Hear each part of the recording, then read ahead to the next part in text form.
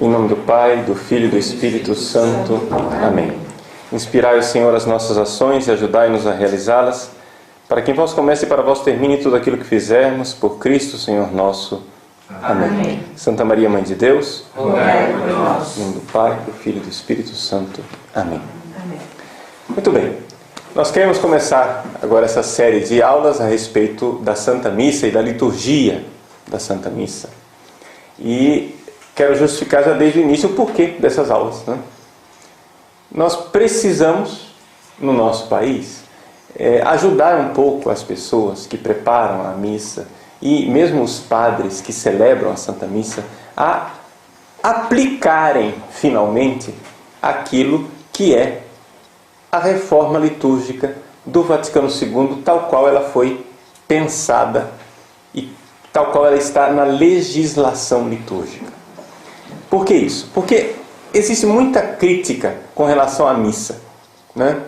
Tem muita gente que critica o missal de Paulo VI e fala dos horrores da liturgia depois do Vaticano II, etc. Bom, a primeira coisa que a gente constata é que 90% dessas críticas não existiriam se as pessoas seguissem aquilo que está no missal.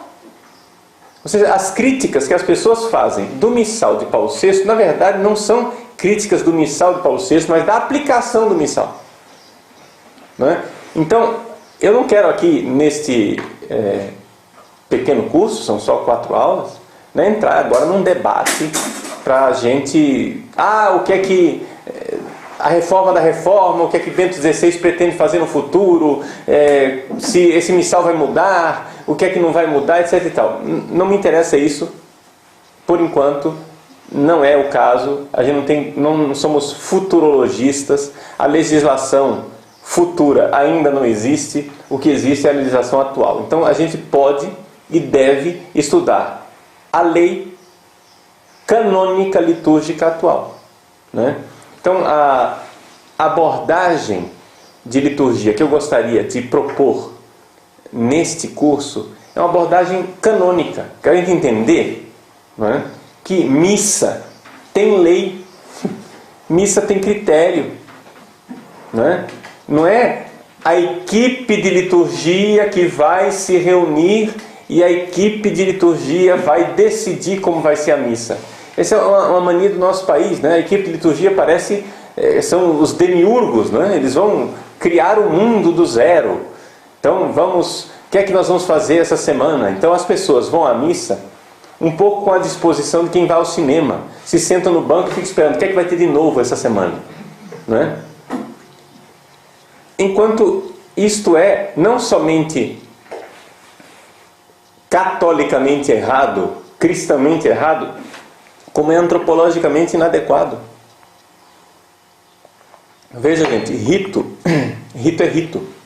Rito é algo repetitivo, por natureza. Você vai num terreiro de candomblé, espero que não vá, mas se você for, né, num terreiro de candomblé, você vai encontrar lá o pai de santo executando o rito. Por exemplo, no culto do candomblé, o culto do candomblé tal qual ele é vindo da África, né? Sem os sincretismos que depois também eles têm dificuldades de manter a, aspas, pureza litúrgica, né? do candomblé.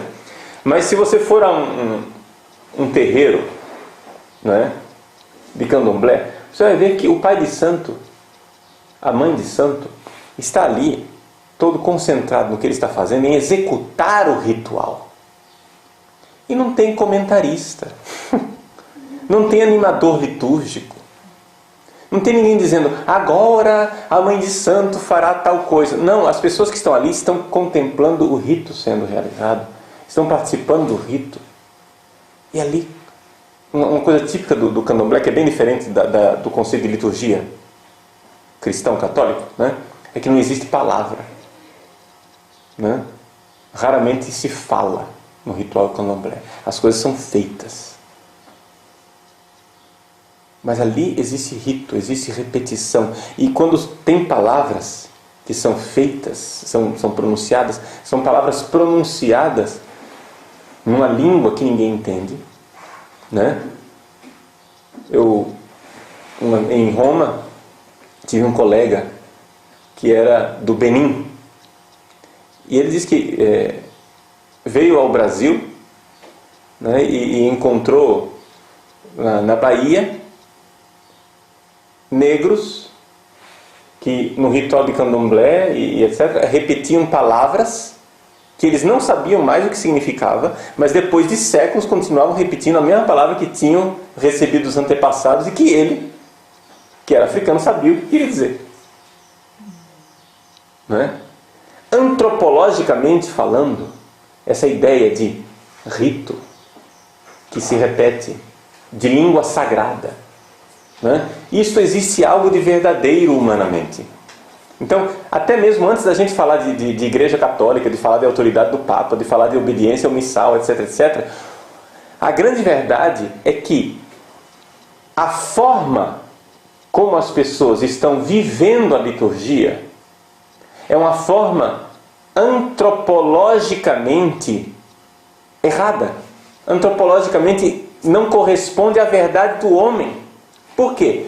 Porque o que estão fazendo com a liturgia católica hoje vem de uma mentalidade racionalista, iluminista de liturgia, que entrou na Igreja Católica por tendências protestantizantes. Vocês podem ver, né, o que é a liturgia calvinista. Calvino, em Genebra, o que é que ele fez?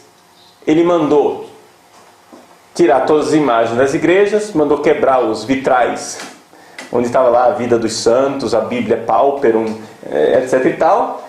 Mandou tirar todas as imagens, transformou as igrejas em salas de aula, iluminadas, onde as pessoas se sentam e ali tem uma aula, tem lição, né? Se canta e se ouve, se canta e se ouve. É uma visão racionalista. Não tem gestualidade, não tem vestes, não tem língua sagrada, não tem incenso, não tem velas, não tem imagens, não tem nada. É só um racionalismo. Eu e Deus. Eu e Deus. Aqui a minha cabeça, eu sou um cérebro equilibrado em cima de um corpo, né? Então o meu cérebro irá prestar culto a Deus. Está entendendo? Essa ideia, ela é iluminista.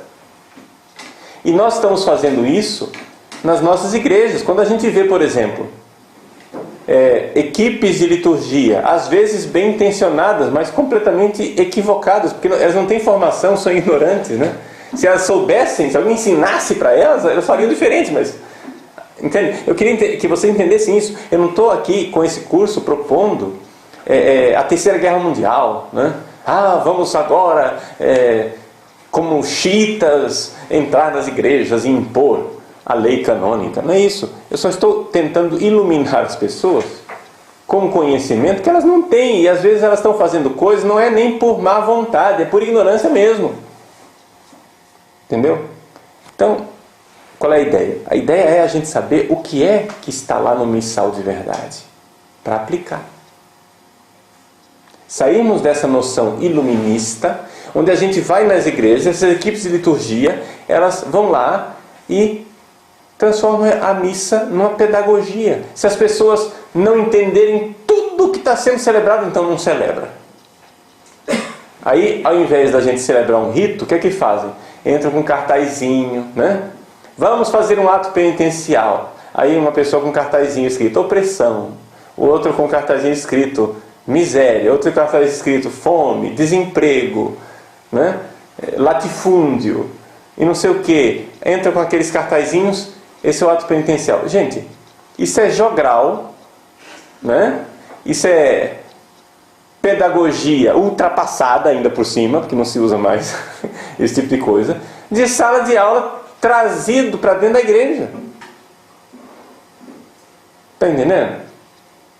Se você tivesse com um jogral numa escola primária, etc e tal, tudo bem, mas nós não estamos nisso. Nós estamos celebrando o sacrifício redentor da cruz. A missa é a celebração da paixão, morte e ressurreição do nosso Senhor Jesus Cristo. É isso que nós estamos celebrando. Não é a festa da comunidade. O Papa Bento XVI chama muito a atenção disso. Ou seja, esse antropocentrismo litúrgico, onde a comunidade se celebra, ao invés da comunidade cultuar a Deus, prestar culto a Deus. Está entendendo? Então, este antropocentrismo, ele é inadequado. Nós precisamos nos voltar para Deus. A liturgia é um culto de adoração. É o louvor a Deus, é a realização do culto maior que o ser humano possa fazer aqui na Terra. A celebração da Santa Missa, porque é a celebração, né, do sacrifício eucarístico da paixão, morte e ressurreição do nosso Senhor Jesus Cristo. Então é algo muito sério. E a igreja, por quê? Essa realidade desse sacrifício de louvor a Deus, esse sacrifício expiatório, esse sacrifício redentor, a igreja precisa cercar essa realidade sagrada com leis que protejam. Nós precisamos proteger aquilo que nós temos de mais santo. Nós precisamos proteger aquilo que nós temos de mais importante na nossa vida. Porque se a gente deixar atirar pérolas aos porcos, né, nós vamos perder o que nós temos de mais bonito. Então, a abordagem desse curso ela é canônica, mas vamos lembrar que não é uma abordagem sem espiritualidade, sem teologia litúrgica. É tudo isso, a espiritualidade, a teologia litúrgica, etc, etc. Mas nós precisamos entender que existem leis para proteger. Não é? O Código de Direito Canônico diz o seguinte, que os fiéis têm direito de receber dos seus santos pastores, né? Têm o direito de receber os ensinamentos da igreja. Eles têm direito de receber e de prestar culto a Deus na liturgia oficial da igreja. Portanto, um padre que segue o missal, nada está fazendo nada mais, nada menos do que o seu dever. E um padre que inventa a missa está pisando no direito dos fiéis. O fiel ele tem direito de receber a liturgia da igreja, não a liturgia do Padre Paulo. A liturgia como ela está na igreja. Então, quais vão ser os pilares, digamos assim, que vão sustentar esse nosso curso introdutório? Número 1 é a Instrução Geral do Missal Romano, que foi publicada em 2002. Aquilo lá é lei litúrgica. Não é uma sugestão. Não está dizendo assim, olha, talvez seria oportuno. Não, está dizendo faça-se. E você tem que fazer o que está lá. E não inventar.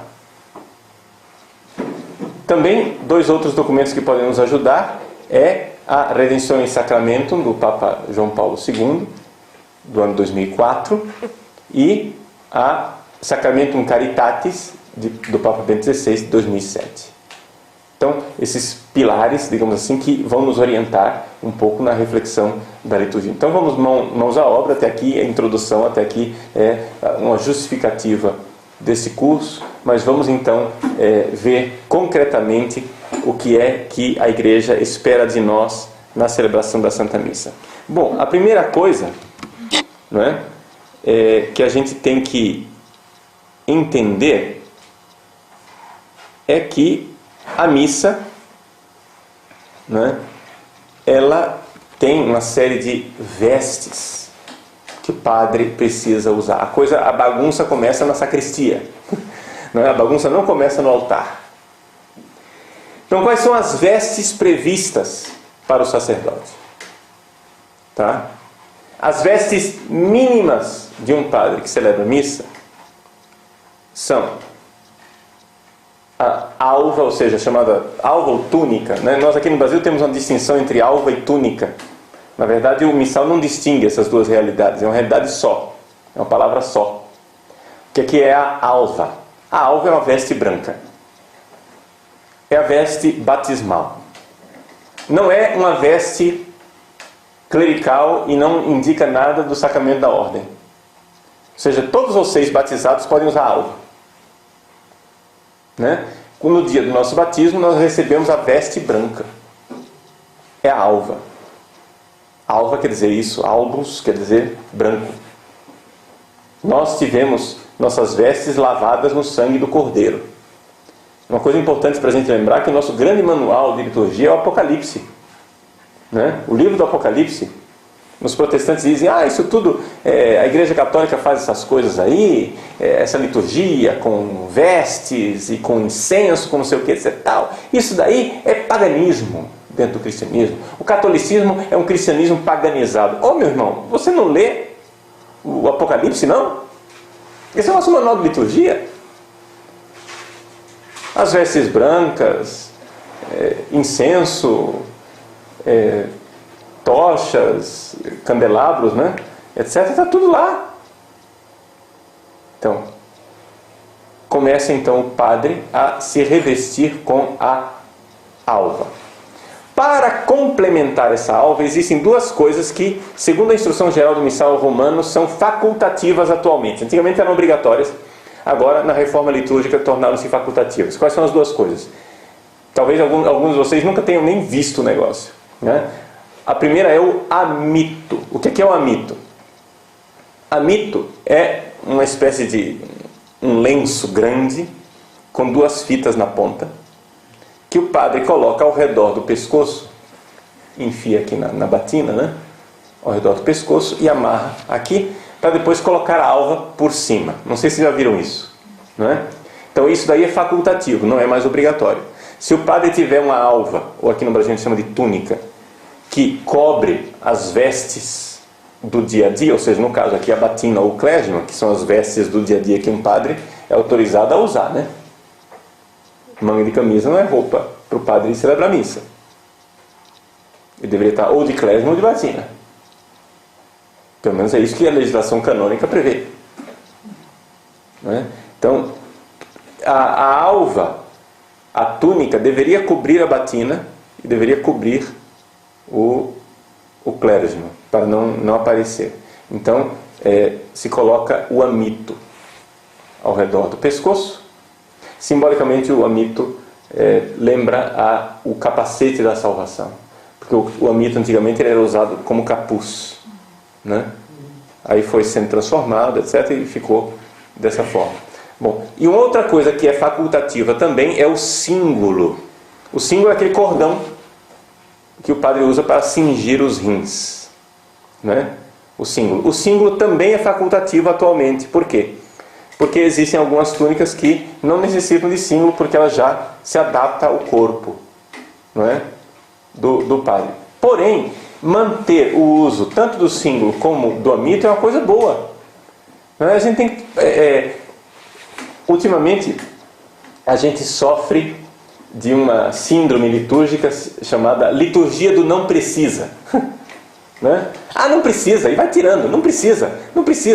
Isso é típico dessa mentalidade iluminista, racionalista que eu falava. Protestante é assim, não precisa, vai tirando. Não precisa, e aí vai depenando, né? Por quê? Porque não é essencial. Mas, meu irmão, a gente não vive só a vida real, a vida vivida não vive do essencial somente. Também vive do acidental, não é? Quantas coisas a gente faz que são acidentais e, no entanto, fazem parte da nossa vida do dia a dia? Então, a liturgia tem essas duas coisas. Então, o amito e o símbolo. Mas o obrigatório mesmo é a túnica. Até aí, acho que 99,9% dos padres usam a túnica, né, para celebrar a missa. Existem casos, que espero que sejam raros, do padre não usar a túnica. Infelizmente está virando uma moda no Brasil dos padres concelebrantes não usarem as vestes. Ou seja, só o presidente, o cara que vai estar lá na frente presidindo, ele veste. E os padres que estão concelebrando estão lá de manga de camisa. Isso é completamente irregular, tá?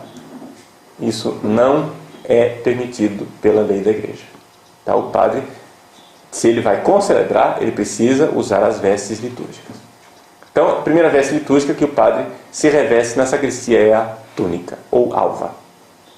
É importante lembrar uma coisa que aqui no Brasil vai se esquecendo, que é que esta túnica ou alva deveria ser branca. Houve uma permissão durante a década de 70 e 80 no Brasil de se usar túnica de cor neutra. Por causa do território de missão, o fulano vai lá no meio da lama, do barro, e o branco suja fácil, então se usava um begezinho, uma coisa assim, etc. Tudo bem, é uma praticidade, porém empobrece liturgicamente. Estou dando minha opinião aqui já não é lei, né? Eu estou dando minha opinião que empobrece. O importante seria a gente usar a alva branca mesmo. Que ela seja branca, porque ela é a veste batismal. A riqueza simbólica é isso. Quanto mais vai ficando begezinho, cinzazinho, etc, etc, vai tirando daquele significado originário, né? E como liturgia é simbologia também, acho que é muito importante. Tá? Bom, alva. Uma vez revestida a alva, provavelmente e louvavelmente com amito e símbolo. Esqueci de falar do significado do símbolo, né?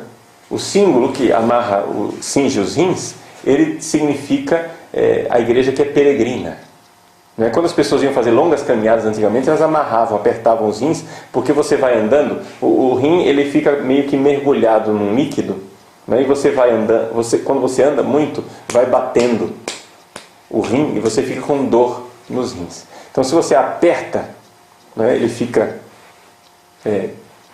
digamos assim, ajustado, né, dentro do seu corpo e dói menos. Então, se usava isso para as caminhadas. Além disso, as túnicas grandes e compridas atrapalhavam na caminhada.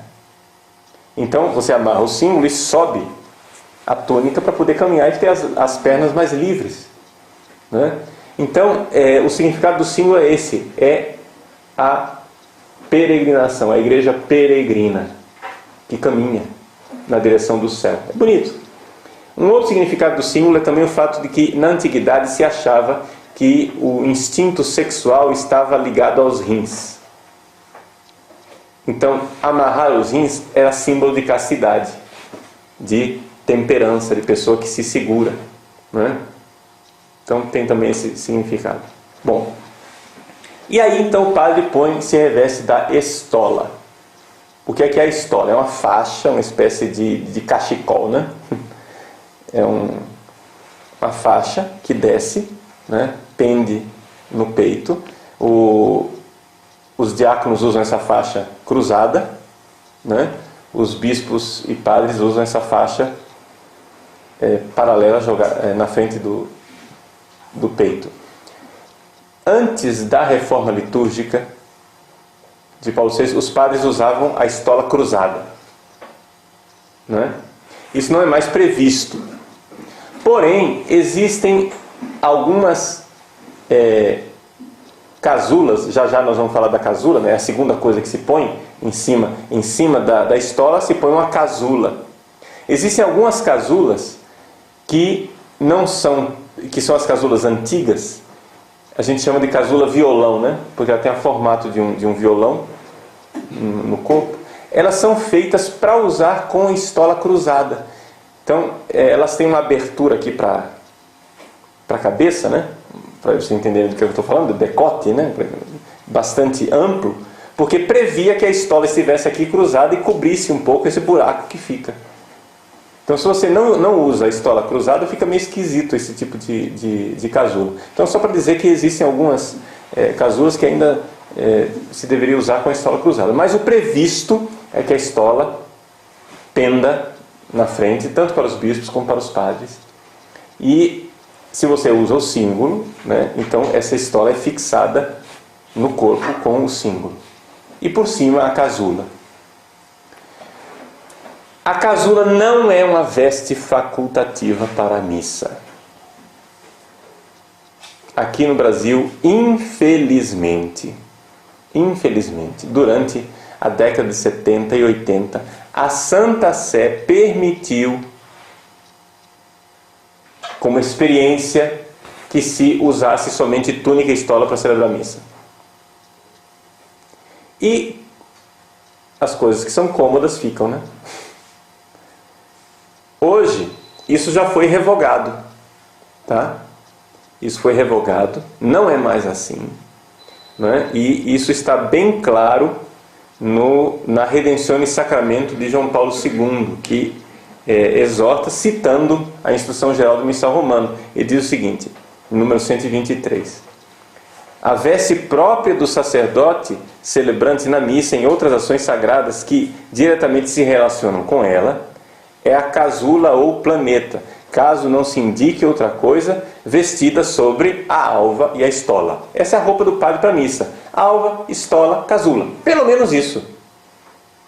Isso é o que está previsto no missal, número 337.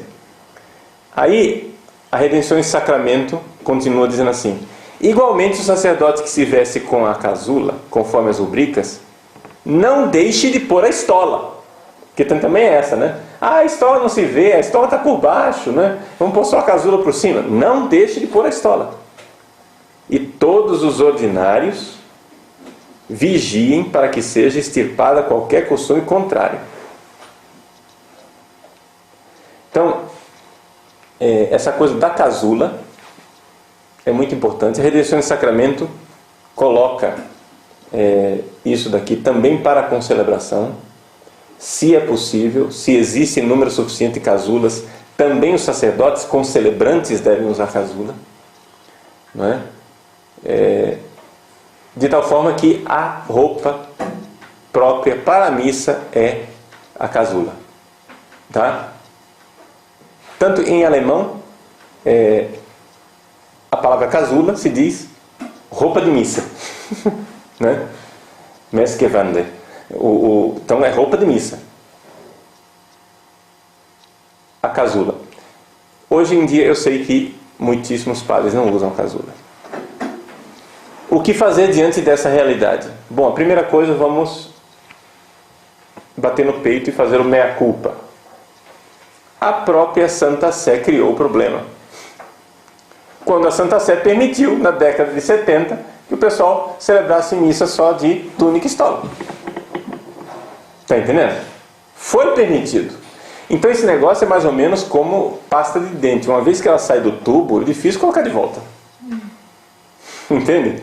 Você permitiu, meu irmão. Agora, a igreja tenha paciência com os padres. Porque tem uma geração inteira de padres que foi formada com essa mentalidade. Então não vamos agora execrar os padres e condená-los, porque foram formados nessa mentalidade e muitos deles não estão nem sabendo que casula agora é obrigatória. Tá? Mas ela é obrigatória para todas as missas, né? Em missas, território de missão, onde o padre tem que viajar horas na lama, e etc e tal, isso e aquilo, e o calor da selva amazônica, se compreende que ele use ainda aquela faculdade que foi dita, né, que foi dada, de celebrar a missa com túnica e estola somente. Mas porque ele está numa situação de missionário.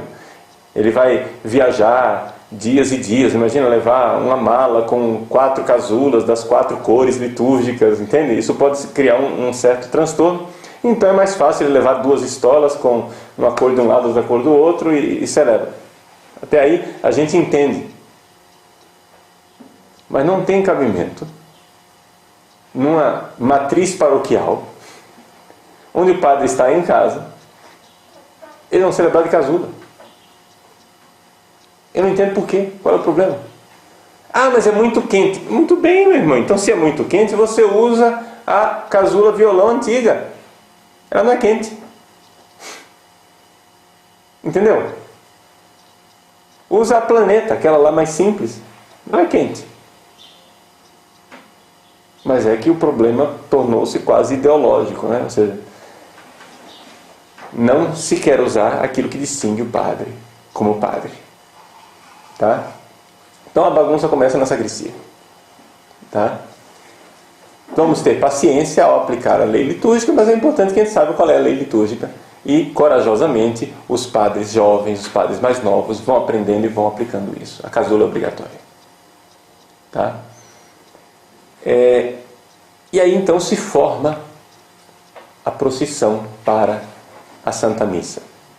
Nesta procissão, devem se prever no missal que a procissão ela é composta do sacerdote e dos ministros.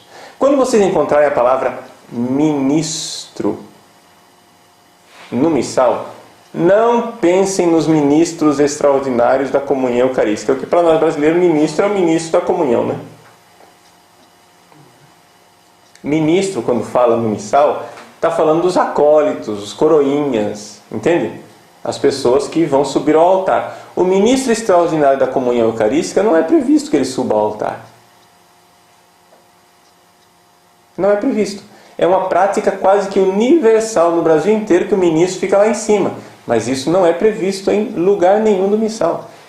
Eu estou aqui, estou fazendo um curso onde me proponho comentar, né, a liturgia tal qual ela é, como ela está no missal. Como ela está no missal, o ministro da comunhão, ele se aproxima do altar na hora de distribuir a comunhão. Então, durante o Cordeiro de Deus, né, o Agnus Dei, ele vai lá, se aproxima. Por exemplo, nos Estados Unidos, os ministros da comunhão ficam com suas famílias participando da missa, junto com o povo. Na hora do Cordeiro, eles sobem ao altar para ajudar a distribuir a comunhão. E, aliás, não tem nenhum distintivo. O famoso jalequinho aqui no Brasil, que se tornou veste litúrgica, né? Para mim aquilo é roupa de professor, né? Ou então de enfermeiro, de médico. Mas é um guarda-pó. Mas o jaleco não existe em outros lugares. É uma coisa brasileira, né? Então, só para a gente saber que certas coisas que para nós são óbvias, são instituição apostólica, né? Um negócio assim inquestionável, na verdade são invenção local. Não estou condenando o jaleco, vocês estão entendendo? Eu não estou condenando o jaleco. Eu só estou dizendo que não é uma coisa prevista. Aí o bispo diocesano pode instituir. Não, na minha diocese o jaleco é obrigatório. Está entendendo? Mas é uma lei local, não está no missal. Então, no missal, o ministro da comunhão, ele está lá no lugar dele, junto com a família dele, no meio do povo, e na hora do cordeiro é que ele sobe. Quem é que fica então no altar? Quem fica no altar são os ministros, ou seja, os acólitos, coroinhas. Né? São eles que ajudam o padre durante a liturgia. Então, forma-se a procissão de entrada com estes ministros. Quem vai à frente?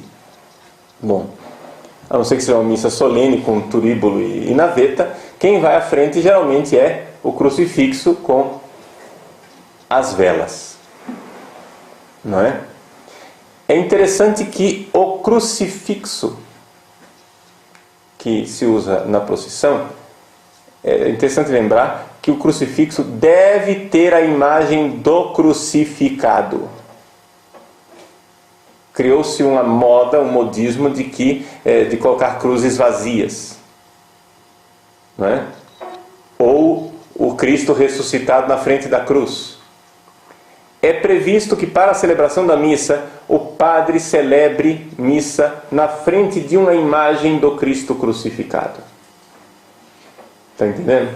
Porque é o santo sacrifício da cruz que está sendo oferecido. Então é previsto que haja uma imagem do Cristo crucificado. Então, já na procissão de entrada, essa imagem do Cristo crucificado já aparece logo abrindo a procissão. Né? E então pode vir outros coroinhas ou acólitos. Antes do padre, vem então o diácono, se existe diácono, carregando o livro dos Santos Evangelhos, o evangeliário, ou o leitor. É previsto isso, que o leitor entre com o livro dos Santos Evangelhos, que o padre irá usar, não ele. O padre irá usar para proclamar o Evangelho. Ou seja, é a entrada do livro dos Santos Evangelhos. Atenção, só uma coisa assim para a gente ter uma noção bem específica das coisas. Não existe lugar na missa para um livro chamado Bíblia. Tá? esse livro, chama as Sagradas Escrituras, tem lugar na missa. Mas não o livro Bíblia. As Sagradas Escrituras são lidas na missa a partir de 2 livros. Um chama-se Lecionário e outro chama-se Evangeliário. Está entendendo? Então, quem é que entra em procissão? É o Evangeliário, o livro dos Santos Evangelhos. Que, aqui no Brasil, o nosso Evangeliário, ele contém somente os evangelhos dos domingos e solenidades. Tá? Portanto, durante a semana, nós não temos Evangeliário. Se alguém quiser usar Evangeliário durante a semana, então o que se sugere é que pegue um lecionário e o revista com a capa especial, né? Ele seja vestido de Evangeliário, né?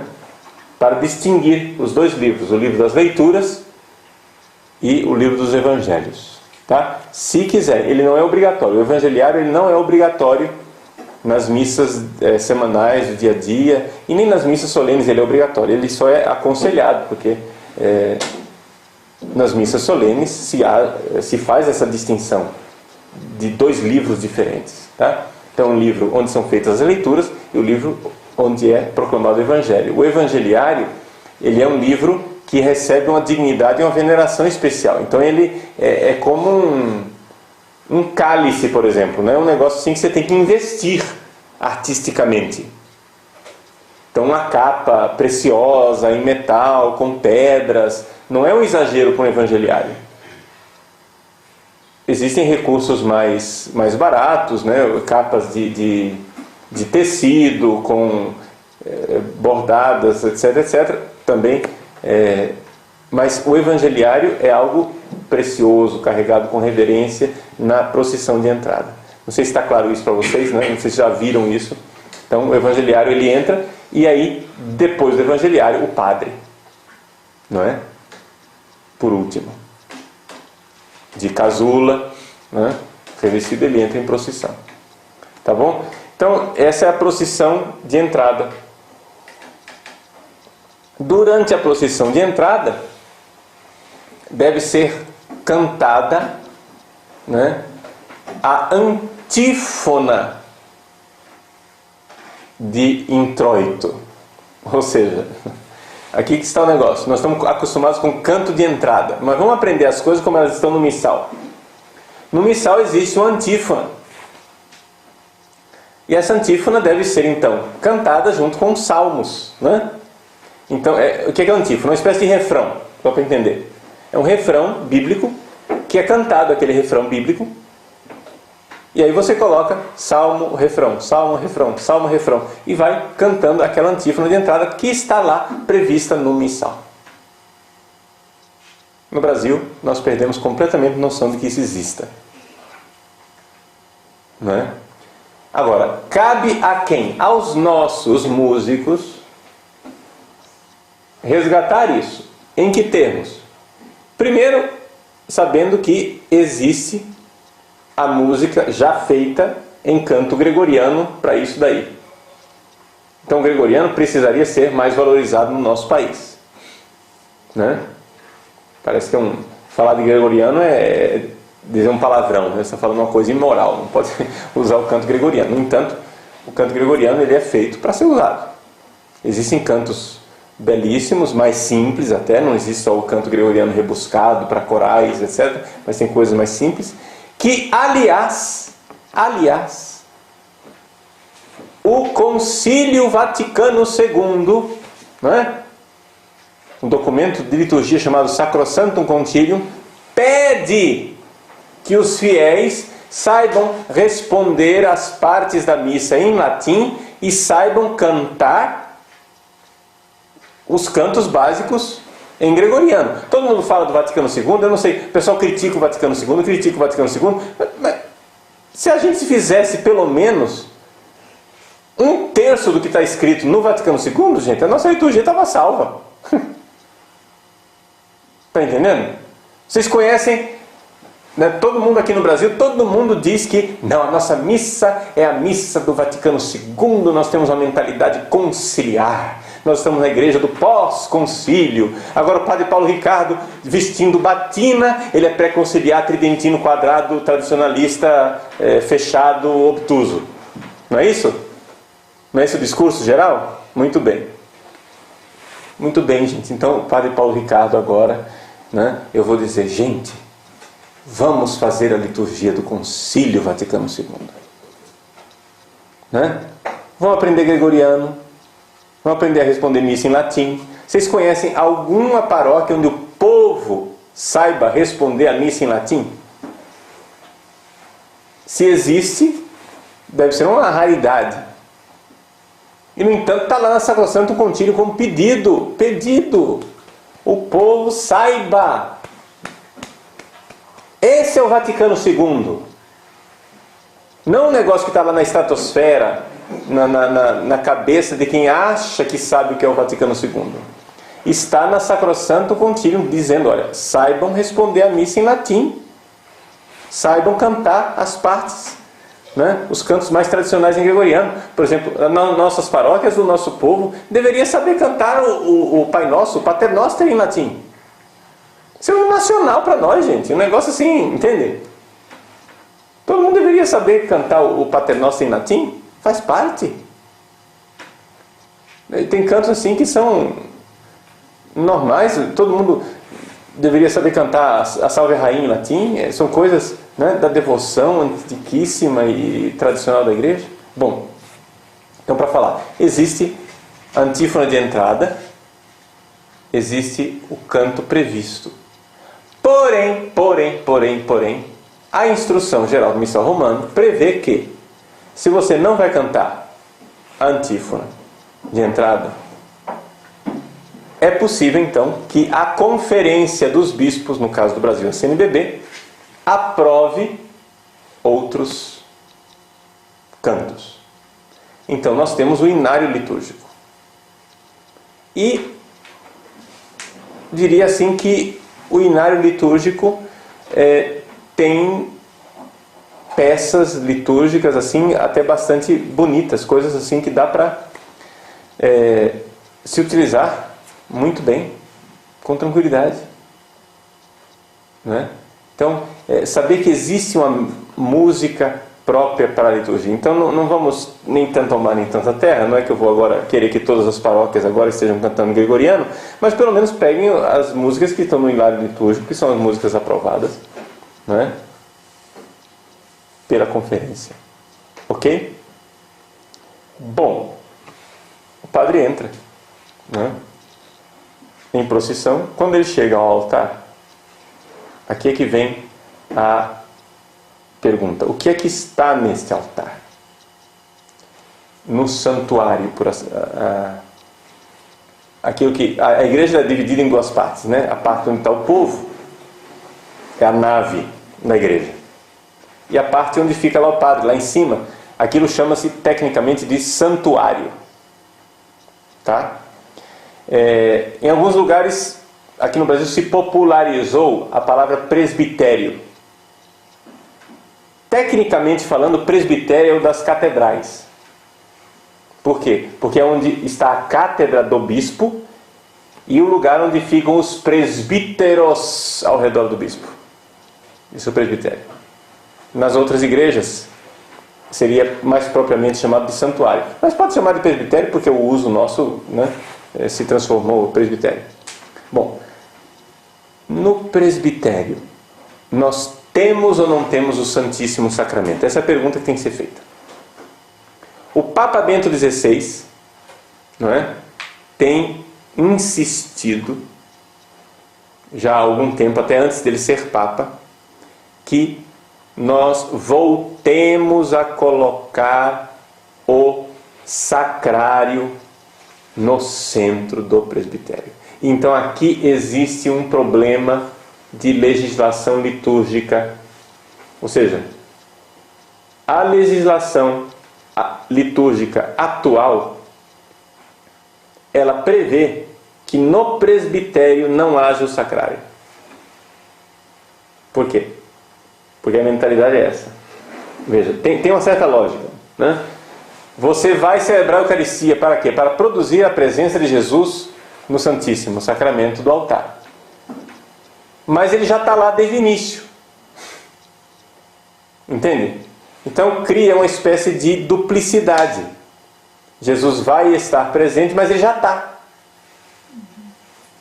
Então, a norma litúrgica colocada pelo Papa João Paulo II, não é?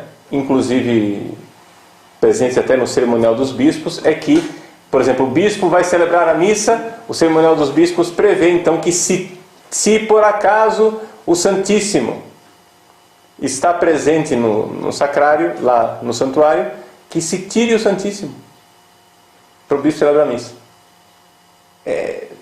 Se previa até mesmo isto. Então existe essa tendência da liturgia de não estar o Santíssimo lá, porque liturgicamente seria menos oportuno. Só que o Papa Bento XVI, ele diz o seguinte: gente, teologicamente esse negócio está muito bom, muito bonito. Só que o povo não se move por decreto. Nós temos aqui que considerar que o nosso povo foi formado nas décadas passadas para uma centralidade do sacrário, uma centralidade do Santíssimo Sacramento. E o que é que está acontecendo? Quando nós tiramos o sacrário do presbitério, quem que fica no centro? O ser humano, o padre. Então isso seria menos adequado. É uma opinião do Papa Bento XVI. Então veja que aqui a gente tem uma certa escolha para fazer, né? A legislação, por um lado, pede para não ter o sacrário, e por outro lado o Papa Bento XVI pede para que se volte a colocar o sacrário no centro, né? Eu sempre fui muito de obedecer a legislação. Então, por exemplo, quando eu fiz a reforma da capela do seminário de Cuiabá, o que eu fiz? Eu fiz uma capelinha do Santíssimo e a capela onde a gente celebra, que não tem o Santíssimo Sacramento. Eu obedeci a lei, a norma tal qual ela tinha sido colocada. Porém, quando Bento XVI foi eleito, e eu já tinha lido várias vezes as coisas de Bento XVI, do Joseph Ratzinger, né? Quando ele foi eleito, eu comecei a reestudar o pensamento dele. E o homem me convenceu que é melhor a gente voltar para certas coisas, porque não está dando certo. Tá? Eu aqui vou usar uma argumentação que não é usada por Bento XVI, mas eu acho que é muito importante. E assim, a gente sai um pouco das rubricas aqui, mas eu acho que é muito importante em todo esse nosso esforço de aplicar a liturgia da igreja e fazer a liturgia da igreja como ela é. Que é o seguinte: vejam, na Inglaterra de Henrique VIII, quando houve a separação da igreja católica e da igreja anglicana, a igreja anglicana, ela era ainda substancialmente católica na fé. Ou seja, Henrique VIII não era um herege. Ele era um cismático. Está entendendo? Ou seja, ele tinha fé católica, ele cria na presença de Jesus na Eucaristia, no sacerdócio, no episcopado, nos 7 sacramentos. Ele tinha fé católica, Henrique VIII. Mas o que ele fez não foi uma heresia. O que ele fez foi um cisma. Ele se separou de Roma e proclamou que ele era o chefe da igreja da Inglaterra. Tá? Só que ele elegeu um arcebispo chamado Cranmer. E esse Cranmer, ele começou a mexer na liturgia. E fizeram uma reforma litúrgica na Inglaterra, de tal forma que o povo inglês que cria na presença de Nosso Senhor Jesus Cristo na Eucaristia, sem que basicamente ninguém pregasse contra a presença de Jesus na Eucaristia, no prazo de uma geração deixou de crer. Como? Só mudando a forma de cultuar. Só mudando a forma de prestar culto a Deus na Eucaristia. Eles fazendo isso, o povo perdeu a fé. Ou seja, esse Cranmer, ele era herege. Henrique VIII cria na presença de Jesus na Eucaristia, mas esse Cranmer não cria. Aliás, ele era, por exemplo, Henrique VIII não queria saber de padre casado. O clero dele tinha que ser celibatário. O Cranmer tinha mulher escondida. Ele ia de carruagem, levava a mulher num caixote, escondida, dentro da carruagem. Né? Então, e assim ia a coisa. Ou seja, o Henrique VIII, ele abriu as portas para uma série de hereges na igreja da Inglaterra, então por isso que hoje a coisa está do jeito que está. Né? Essa é uma igreja bem protestantizada. Sobretudo a Low Church, né? Muito mais protestantizada. Bom, então a mudança da fé pela mudança do culto. Né? Então o que é que nós fizemos na nossa aplicação da liturgia do Vaticano II? Vejam só, não é o missal que fez isso, foi a nossa aplicação quem fez isso. Nossa aplicação. Tiramos o sacrário do centro. Pronto. Aí as igrejas viraram salões, né? Todo mundo entra, parece a feira de Caruaru, né? Todo mundo conversando, gritando, ei, fulano, vai! Então, as igrejas antigamente se entrava para rezar. Você tinha certeza que você entrava num lugar onde tinha silêncio, culto, adoração. Virou um salão de festas. É a comunidade que se celebra. Não celebra Deus, mas... Porque a presença do Santíssimo muda muitas coisas. Sejam, por exemplo, lá na nossa paróquia, em Cuiabá, nós estamos implantando o seguinte.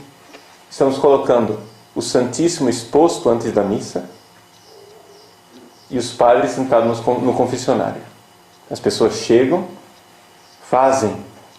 vão fazendo adoração e vão se confessando antes da missa. Vocês não podem imaginar como isso mudou o clima da igreja. Porque antes era o quê? Era o Ministério de Música fazendo ensaio. O tal do ensaio. Mas, gente, se é rito, as músicas devem ser conhecidas. Alguma música nova de vez em quando, tudo bem, mas... Né? Mas as pessoas vão aprendendo pela repetição. Não precisa de ensaio. Deixa o povo rezar. Santíssimo exposto, as pessoas se confessando. Como ficou diferente? Né? Mas essa centralidade, né, da Eucaristia e não do humano. Então é algo muito bom. A gente vê que, por exemplo, o que é que nós deixamos de fazer? Deixamos de comungar de joelhos e na boca. Você vê claramente em vários lugares do Brasil o seguinte: quem comunga na boca são os jovens. Não é? A geração já de meia idade ou da terceira idade comunga na mão porque aprendeu assim, porque foi instruído assim, etc. Já os jovens sentem uma necessidade de maior sacralidade. Então você vê uma diferença de atitude, de piedade eucarística entre a pessoa que recebe a comunhão na mão e a pessoa que recebe a comunhão na boca. Não era previsto no missal de Paulo VI a comunhão na mão. A comunhão na mão entrou por uma espécie de desobediência dos países nórdicos, Alemanha, Holanda. No missal de Paulo VI não havia nenhuma previsão de comunhão na mão. Isso daí foi concedido posteriormente, entendeu? Porque, assim, é o tipo da coisa. Fizeram a desobediência. Aí para Paulo VI, para querer disfarçar a obediência, fez a lei legalizando o que eles já tinham imposto por desobediência. O que é que Paulo VI fez? Ele concedeu às conferências episcopais a permissão de permitir a comunhão na mão. Mas o normal ainda, ou seja, isso Bento XVI tem dito com muita frequência, as pessoas têm que ter noção do caráter de excepcionalidade da comunhão na mão. Que o normal é a comunhão na boca. E você vê claramente que as pessoas têm mais devoção, mais piedade quando comungam na boca. Quando a gente comunga, quando as pessoas comungam de joelhos, por exemplo, não é? Você vê que são pessoas que têm uma maior piedade eucarística. E assim a gente vai vendo que na nossa forma de cultuar, nós salvamos a nossa fé.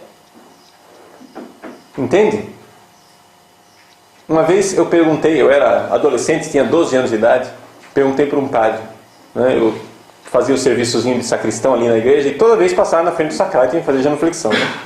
Então, saía da sacristia, ia para o altar, levava uma coisa, genuflexão, colocava, genuflexão e ia embora.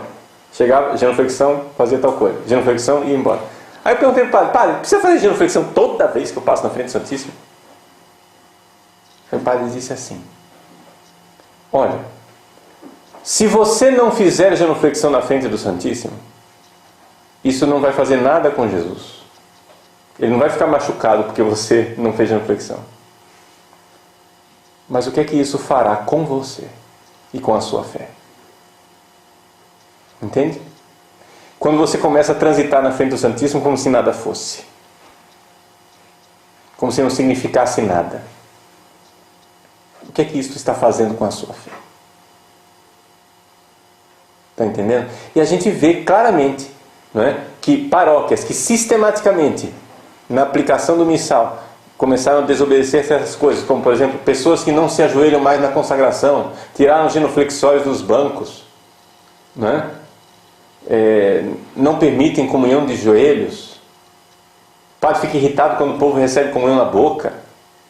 Você vê claramente que aquela comunidade vai perdendo a piedade eucarística, lenta e gradualmente a presença de Jesus na Eucaristia, a fé vai sendo corroída. Então é essa argumentação de Bento XVI, não é? Que eu aqui só aumentei as coisas, né? Coloquei num contexto histórico também. Essa argumentação foi o que me convenceu. Eu acho que nós temos que voltar à centralidade da Eucaristia. Voltar mais à adoração, voltar mais à piedade eucarística, porque isso está corroendo a fé das pessoas, muito concretamente. Então o padre que chega no presbitério, se no presbitério, no santuário, existe o sacrário, ele faz genuflexão. Não é? Em que consiste a genuflexão? A genuflexão é você, com a coluna ereta, dobra o seu joelho, colocando o joelho direito no chão, próximo do calcanhar esquerdo. Tá? Então, só para entender mais ou menos assim, visualmente, o que é uma genuflexão, né? Coluna ereta, você dobra colocando o joelho direito perto do calcanhar esquerdo, né?